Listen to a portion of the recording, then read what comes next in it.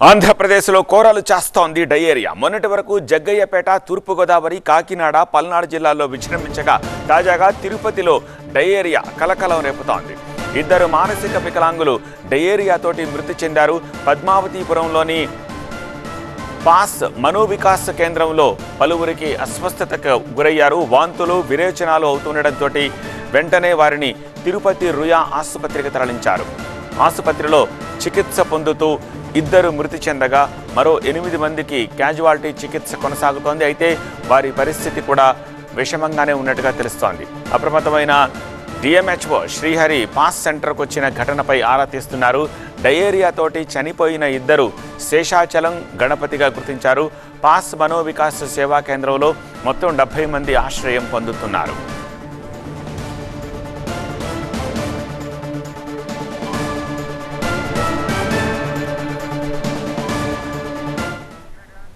దీనికి సంబంధించి మరింత సమాచారం అందించేందుకు మా ప్రతినిధి రాజు ప్రస్తుతం మనకి లైవ్లో అందుబాటులో ఉన్నారు. రాజు, ప్రస్తుతం క్షతగాత్రుల పరిస్థితి ఏంటి? వాళ్ళు ఎలా ఉన్నారు? అండ్ డిఎంహెచ్ఓ ఏం చెప్తున్నారు?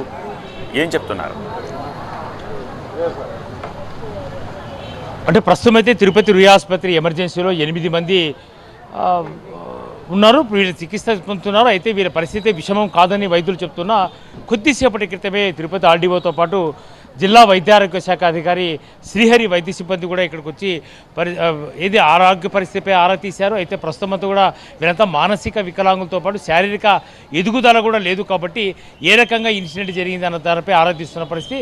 అయితే నిన్న రాత్రే ఒకరు చనిపోయినారు. హాస్పిటల్కి వచ్చిన తర్వాత మరొకరు చనిపోయినారు. మరో 8 మంది ఉన్నారు. మొత్తం ఈ సెంటర్లో 78 మంది ఉన్నట్టుగా తెలుస్తుంది.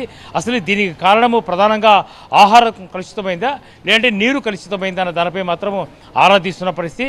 ఇప్పటికే ఒక డెడ్ బాడీని పోస్ట్మార్టం తరలించారు.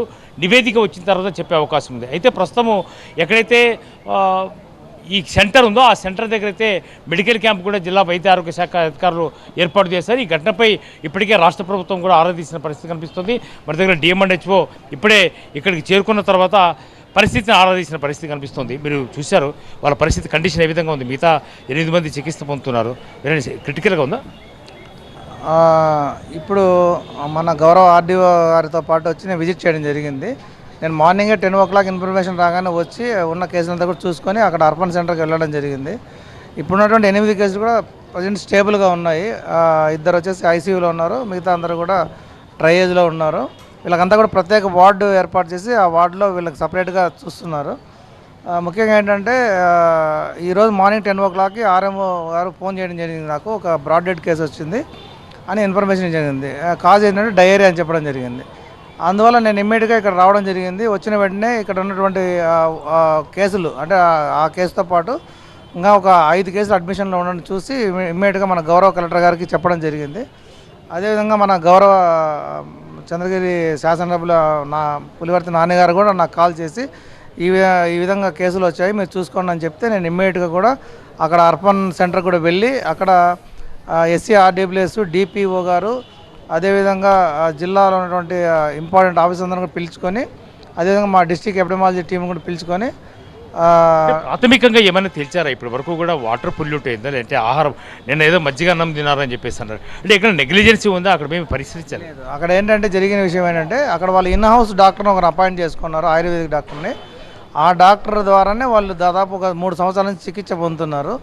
సో మొన్న శనివారం రాత్రి వాళ్ళు అంటే శనివారం మధ్యాహ్నము చేసినటువంటి బోండాలు అక్కడ ఉన్నటువంటి ఒక సాంబార్తో తిన్నారు. అదే బోండాలు అదే సాంబార్ మళ్ళీ నైట్ కూడా తిన్నారని చెప్తున్నారు.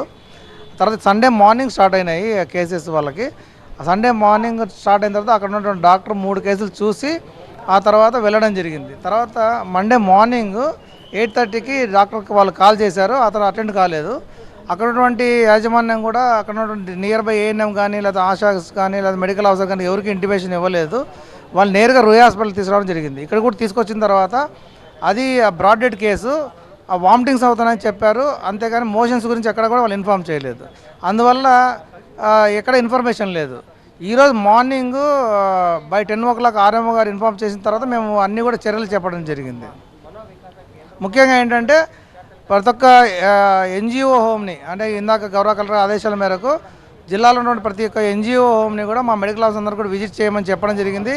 ఇలాంటి కేసులు ఎక్కడైనా ఉంటే కూడా ఇమ్మీడియట్గా యాక్షన్ తీసుకొని కంటిన్యూగా మెడికల్ క్యాంప్ కూడా అక్కడ పెడుతున్నాం ఇప్పుడు మేము. అంటే ఖచ్చితంగా ఇది ఎక్కడైతే మానసిక వికలాంగులు కాబట్టి అక్కడ వాళ్ళకు ఆరోగ్యం పైన పూర్తిగా శ్రద్ధ కూడా లేకపోయింది కారణమని చెప్తున్నారు. అయితే కలుషిత ఆహారమా లేదంటే వాటర్ పొల్యూట్ అయిందా దీనిపైన మాత్రం ఆరాధిస్తున్న పరిస్థితి. ఆర్డీఓ చాలా స్ట్రిక్ట్గానే చెప్పాడు. ఇప్పటి వరకు కూడా ఎవరైతే బాధితులుగా అడ్మిట్ అయ్యారో వాళ్ళకు మెరుగైన చికిత్స అందించాలని చెప్పేసి ఇప్పటికే సూచనలు చేసిన నేపథ్యంలో ఇలాంటి ఎన్జిఓస్ ఆర్గనైజ్ ఎక్కడైనా రన్ చేస్తున్న ప్రాంతాల్లో హెల్త్ క్యాంపులు ఏర్పాటు చేయడము, అక్కడ ఆరోగ్య పరిస్థితిని ఆరా తీయడము.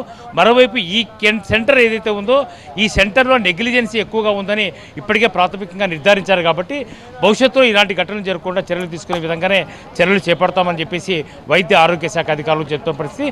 అయితే ఇప్పటికే 6 మంది ఉన్నారు. వీళ్ళ పరిస్థితి కూడా సేఫ్గానే ఉంది, ఎలాంటి ప్రమాదం లేదు అని చెప్తున్న పరిస్థితి అయితే కనిపిస్తుంది. రైట్ రాజు.